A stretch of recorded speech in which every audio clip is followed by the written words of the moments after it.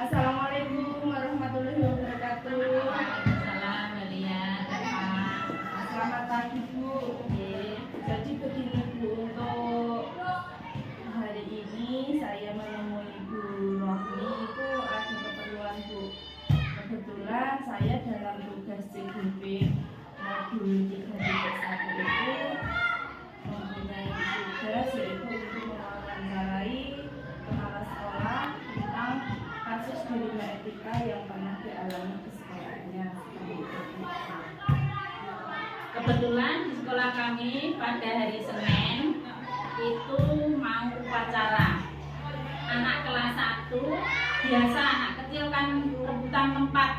Nah, pada waktu itu kedua anak itu rebutan tempat, mau depan mau belakang, semuanya maunya depan.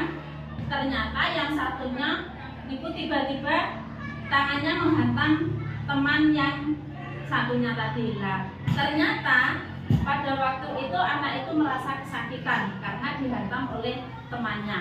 Nah, setelah itu anak itu nangis. Pada waktu itu ada guru kelas 4 menanyakan kenapa kalau nangis. Nah, itu katanya dihantam oleh temannya itu. Setelah dilihat tangannya itu sampai membiru.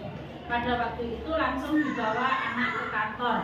Nah, tidak jadi ikut untuk upacara, tapi temannya yang menghantam tadi masih ikut dalam upacara. Setelah upacara, anak yang satunya dipanggil, ditanya apa benar tadi menghantam temannya ini. Berkata kalau iya, tangan itu sampai membiru. Nah, membirunya si tangan itu sama gurunya dikirain hasil hantaman temannya yang baru itu. Nah, ternyata itu bukan. Hanya bermain lato-lato. Lalu bagaimana Ibu mengidentifikasi kasus-kasus dilema etika tersebut? Nah, apa yang Ibu lakukan? Yang dilakukan di sekolah, satu, anak itu dipanggil ke kantor. Terus dilihat apa benar tangannya itu membiru. Nah, yang kedua ditanya lagi anak yang memukul tadi apa benar dia memukul. Nah, setelah itu baru saya tanyakan dengan teman-teman supaya bagaimana cara untuk mengatasi kasus seperti itu. Lalu dalam menjalankan pengambilan keputusan di sekolah, Ibu terutama untuk kasus-kasus ini di mana ada dua kepentingan ya Bu, yang sama-sama benar atau sama-sama salah yang mengandung nilai kewajiban. Langkah kemudian yang telah Ibu hadapi ini sangat membantu sekali Bu untuk saya, terutama untuk menyelesaikan tugas saya di dalam modul 3.1 yaitu tentang pengambilan keputusan. Sekali lagi saya terima kasih atas waktunya, karena hari sudah semakin siang Bu, ini anak-anak sudah mau pulang. Saya mohon maaf mau melanjutkan untuk pembelajaran di kelas. Iya, sama-sama Mbak Lia, semoga tugasnya lancar, bisa dimengerti dan semuanya bisa dilaksanakan dengan mudah. Terima kasih Bu. Assalamualaikum warahmatullahi wabarakatuh. Waalaikumsalam warahmatullahi wabarakatuh. Warahmatullahi wabarakatuh. Waalaikumsalam warahmatullahi wabarakatuh. Selamat siang Ibu. Saya mau mengganggu waktunya Ibu sebentar.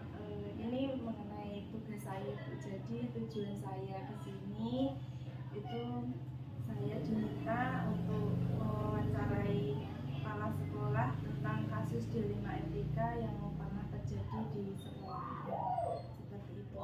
Mungkin Ibu dapat menceritakan kasus dilema etika yang seperti apa yang pernah Ibu alami. Kebetulan untuk di sekolah kita, sekolah kami itu ada kasus, ada kelas 1. Nah, anak kelas 1 itu ada yang sukanya kepada temannya, itu suka untuk istilahnya apa itu, menekak gulu ataupun apa, gemes. Itu kan gemes itu sok memegang pipi, karena yang dipegang itu adalah seorang perempuan. Anaknya, anak perempuan kelas 1 itu memegang pipi. Kemudian kalau gemesnya keterlaluan itu juga memegang leher, itu sampai nekek lah. Anaknya kan menangis, yang dipegang itu menangis. Akhirnya kan ada yang matur ke kantor. Kemudian anak tadi setelah itu terus takut, tidak mau ke sekolah selama 2 hari tidak masuk ke sekolah. Akhirnya ditanya, katanya ditanya gurunya, guru kelas 1, katanya anak itu sakit. Akhirnya setelah 2 hari sudah selesai, akhirnya untuk guru kelas tadi kalau sudah sembuh untuk sakitnya harap masuk. Setelah hari ketiga anak itu tidak mau masuk lagi. Selama 2 hari katanya sakit, tapi hari ketiga tidak masuk, katanya takut kepada teman yang suka memegang pipinya tadi. Itu kasus yang ada di SD kami. Untuk anak tersebut itu anak yang suka memegang pipinya itu anak laki-laki memegang anak perempuan. Seperti itu. Kemudian bagaimana cara Ibu mengidentifikasi kasus-kasus yang merupakan dilema etika tersebut, Bu?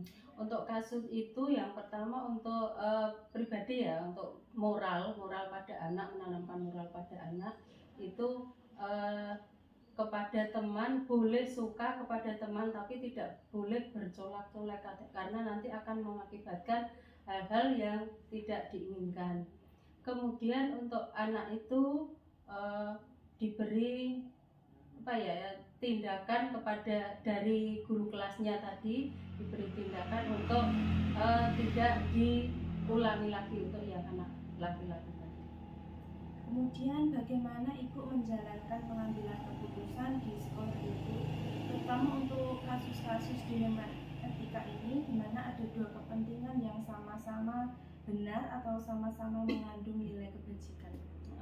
Untuk yang pertama itu untuk anak tadi ditanya, saya panggil ke kantor, kemudian ditanya, karena yang matur bukan anak itu sendiri yang matur kepada guru, yang matur adalah temannya. Itu karena anaknya yang dipanggil salah, untuk solusinya bagaimana bisa kita selesaikan dengan guru-guru, dengan masyarakat, juga dengan wali. Itu untuk wali siswa maksudnya, dan juga bekerja sama dengan komite sekolah. Lalu untuk pembelajaran apa yang dapat Ibu petik dari pengalaman Ibu dalam mengambil keputusan dilema ini? Untuk pembelajaran yang diperoleh adalah untuk pertama adalah meningkatkan etika anak dalam pergaulan, baik itu pergaulan di sekolah, di masyarakat, ataupun juga di rumah.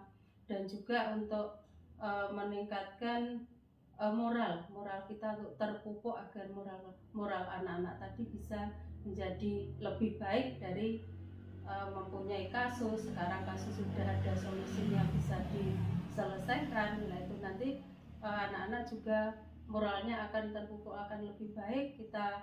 Kita masukkan untuk masalah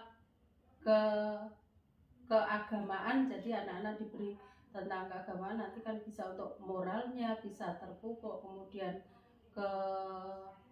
keterampilan dan juga keterampilan kedisiplinan, dan juga keadilan, menghormati kepada teman yang lain. Terima kasih Ibu telah bersedia meluangkan waktu untuk saya untuk melaksanakan tugas di CGP, yaitu Demokrasi Kontekstual tentang pengambilan keputusan yang berdasarkan dari kasus dilema etika. Mohon maaf Ibu telah mengganggu waktunya. Saya sangat berterima kasih sekali Ibu telah mau berbagi pengalaman dan mau memberikan waktu untuk saya untuk dapat menyelesaikan tugas saya. Terima kasih Bu. Oke, dengan juga saya mengucapkan banyak-banyak terima kasih untuk penjenengan nanti untuk melaksanakan tugas, dan juga saya mengucapkan selamat dan juga ikut mendoakan mudah-mudahan untuk tugas-tugas penjenengan nanti selesai dengan nilai yang baik, memuaskan, dan juga nanti lolos akan menjadi pendidik yang profesional. Amin. Terima kasih Bu. Assalamualaikum warahmatullahi wabarakatuh.